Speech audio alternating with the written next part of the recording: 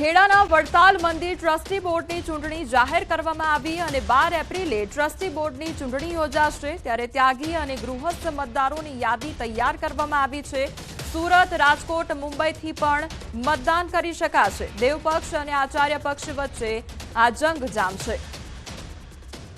તો સુરત, રાજકોટ અને મુંબઈથી પણ તમામ જે મતદાતાઓ છે તેમના દ્વારા મતદાન કરી શકાશે અને તે અંગેની તમામ તૈયારીઓ પણ હાથ ધરવામાં આવી છે। વડતાલ મંદિર ટ્રસ્ટી બોર્ડની ચૂંટણી જાહેર કરવામાં આવી છે ત્યારે 12 એપ્રિલે ટ્રસ્ટી બોર્ડની ચૂંટણી યોજાશે। તમારી સાથે હાલ સંવાદદાતા ઉમંગ જોડાઈ ગયા છે। ઉમંગ, જે ચૂંટણીની જાહેરાત કરવામાં આવી છે વડતાલ મંદિર ટ્રસ્ટી બોર્ડની, તેને લઈને શું અપડેટ મળી રહ્યા છે, શું તૈયારીઓ હાલ? બિલકુલ ચોક્કસથી વાત કરવામાં આવે તો સુપ્રસિદ્ધ યાત્રાધામ વડતાલ મંદિરની ચૂંટણી જાહેરાત થઈ છે। આગામી 12 બીજા પક્ષના રોજ આ ચૂંટણી યોજાવાની છે। આ ચૂંટણી માટે જે પ્રકારે વાત કરવામાં આવે તો બે પક્ષ અને આચાર્ય પક્ષ વચ્ચે આ જંગ યોજાવાનો છે। મહત્વની વાત કરવામાં આવે તો વડતાલ ઉપરાંત સુરત, મુંબઈ અને રાજકોટમાં પણ મતદાનની વ્યવસ્થા મંદિર દ્વારા કરવામાં આવી છે। ચોક્કસ કહી શકાય કે જ્યારે વડતાલ મંદિરની જ્યારે ટેમ્પલ કમિટી ચૂંટણી હોય ત્યારે ભારે રસાકસી જોવા મળતી છે, ત્યારે આ વખતે પણ રસાકસી જોવા મળે તેમ લાગી રહ્યું છે। જી ઉમંગ, સમગ્ર માહિતી બદલ આપનો આભાર।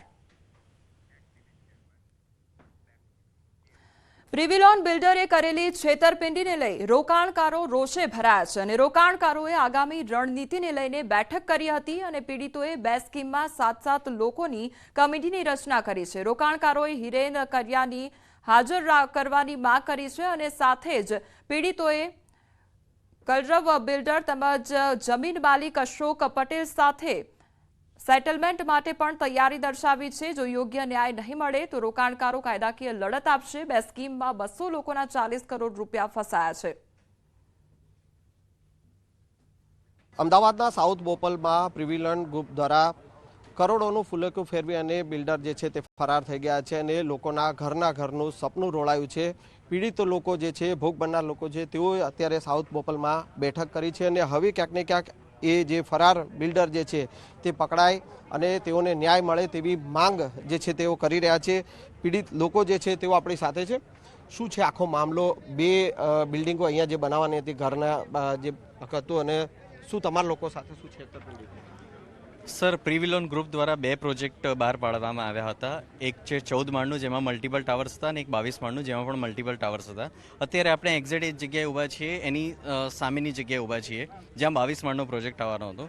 સર, પ્રિવિલોન ગ્રુપ દ્વારા રેરા અપ્રુવલ પહેલાં લોકોને પ્રી લોન્ચ બુકિંગ સસ્તા ભાવે આપવાના નામે એમણે લોકો પાસેથી પ્રી લોન્ચ બુકિંગ કરીને પૈસા એકઠા કર્યા અને અત્યારે બંને બિલ્ડરો આનું ઉઠમણું કરી चुका है। ये भी चर्चा हम कानूनी कार्रवाई की चर्चा कर रहे हैं। अगर ये काम सेटलमेंट से पक जाए, आपस में बैठ करके दोनों बिल्डर और दोनों खेडूत मिल करके आ जाएं और सामने बैठ करके 200 रोकाणकारों को जो पैसा फंसा हुआ है अगर वो क्लियर कर दें तो ये बहुत अच्छा होगा। अदरवाइज क्या हमको लीगल कार्रवाई करनी पड़ेगी दोनों बिल्डर्स के ऊपर। और આજે શું ન્યાય હવે તમારા લોકોને શું ન્યાય નહીં મળે? અમારે પછીનું એક્શન પ્લાન એ છે કે જો હિરેનભાઈ પાછા ન આવે 1-2 દિવસમાં તો અમે કાનૂની કાર્યવાહી, આગળની કાર્યવાહી કમિટી એક બનાવી લીધી છે।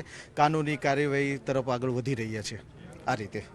બિલકુલ, તો આ છે ભોગ બનનાર લોકો કે જેઓ હવે ન્યાયની માંગ કરી રહ્યા છે। જે બિલ્ડર લોકો જે તેઓનું કરોડોનું ફુલેકું ફેરવીને પલાયન થઈ ગયા છે, તો ત્યારે હવે તેઓને ક્યાંક ને ક્યાંક ન્યાય માંગી રહ્યા છે અને જો ન્યાય નહીં મળે તો કાયદાકીય લડત માટે પણ તેઓ તૈયાર છે। કેમેરામેન ખેંગા રાઠોડ સાથે સંજય ટાંક, ન્યૂઝ 18 ગુજરાતી, અમદાવાદ। અમદાવાદમાં તસ્કરોનો આતંક વધતો જોવા મળી રહ્યો છે। બોપલમાં ટ્રકમાંથી ડીઝલની ચોરી કરવામાં આવી હતી અને હથિયારો સાથે તસ્કરો સીસીટીવી કેમેરામાં કેદ થયા છે। વારંવાર ડીઝલ ચોરી થતી હોવાની ફરિયાદ સામે આવી છે। કાર લઈને ડીઝલ ચોરી માટે તસ્કરો આવ્યા હતા અને ચોરી કરવામાં આવી હતી। ડીઝલ ચોરીની આ ઘટના સામે આવી છે અને વારંવાર આ પ્રકારની ઘટનાઓ બનતી હોવાનું પણ સામે આવ્યું છે।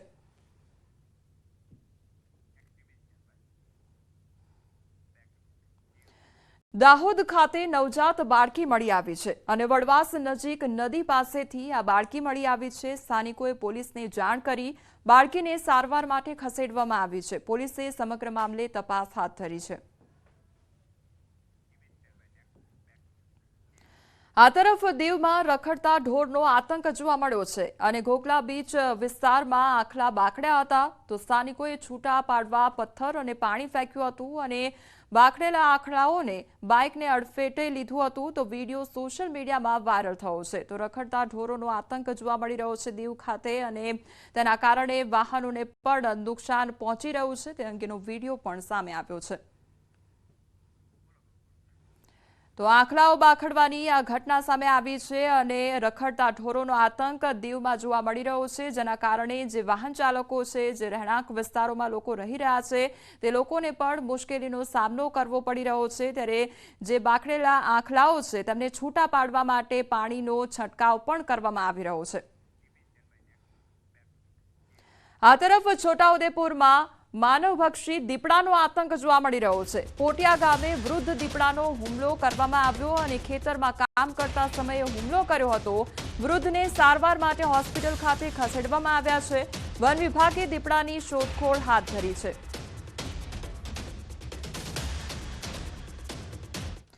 ગીર સોમનાથના કોડીનારના બાવાના પીપળવા ગામે સિંહોના ધામા જોવા મળ્યા છે અને મોડી સાંજે ઉના હાઈવે નજીક ડાલામથ્થા સિંહે દેખા દીધા.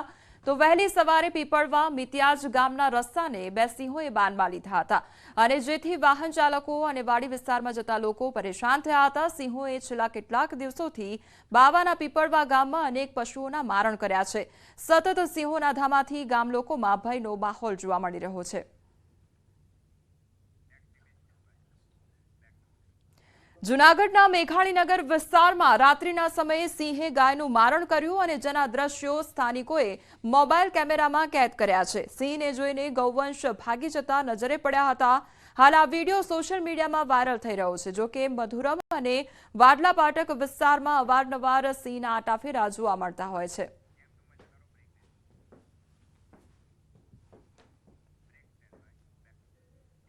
સમાચારોમાં આગળ વધીએ તે પહેલા રોકાઈશું એક બ્રેક માટે.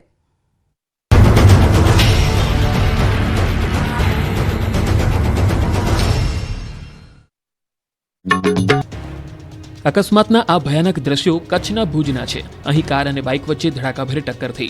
ભયંકર અકસ્માતના સીસીટીવી સામે આવ્યા છે, જેમાં જોઈ શકાય છે કે એક તરફથી ધસમસતી કાર આવી રહી છે. કારની સ્પીડ પણ વધારે છે અને એ વખતે જ એક બાઇક રસ્તો ક્રોસ કરી રહ્યું છે. એક તરફ ધસમસતી કાર અને બીજી તરફ અચાનક જ રસ્તામાં બાઇક આવી જાય છે. તેના કારણે કાર અને બાઇક વચ્ચે ભીષણ ટક્કર થાય છે. અકસ્માત એટલો ગંભીર હતો કે કારની ટક્કરથી બાઇકમાં સવાર 3 લોકો હવામાં ફંગોળાઈ જાય છે. ભુજના કોડકી રોડ પર આજે સવારે આ અકસ્માતની ઘટના બની, જેમાં કારની ટક્કરથી 2 લોકોના મોત નીપજ્યા. ચોંકાવનારી વાતો એ છે કે એક જ બાઇકમાં 3 લોકો સવાર હતા અને સામેથી પૂરપાટ આવતી કારે બાઇકને જોરદાર ટક્કર મારી હતી. ટ્રાફિકના નિયમોનો ઉલાળ્યો કરીને એક જ બાઇકમાં 3 લોકો સવાર હતા અને અકસ્માત થતા તેઓને આ 3 સવારી ભારે પડી ગઈ.